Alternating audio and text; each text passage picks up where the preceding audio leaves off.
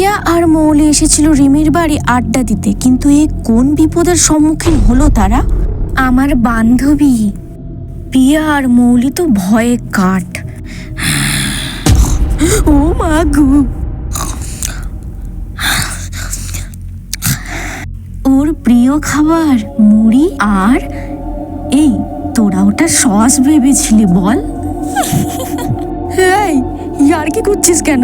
আমার ভালো লাগছে না। কাকিমা, ও কাকিমা, মহামারী হয়েছিল, একটার পর একটা মানুষ চলে যায়, কেউ সুস্থ হলো না, কিন্তু শুধুমাত্র আমায় বাঁচিয়ে রেখেছে। ওর খুব খিদে পেয়েছে রে। মৌলি, আমাদেরকে পালাতে হবে।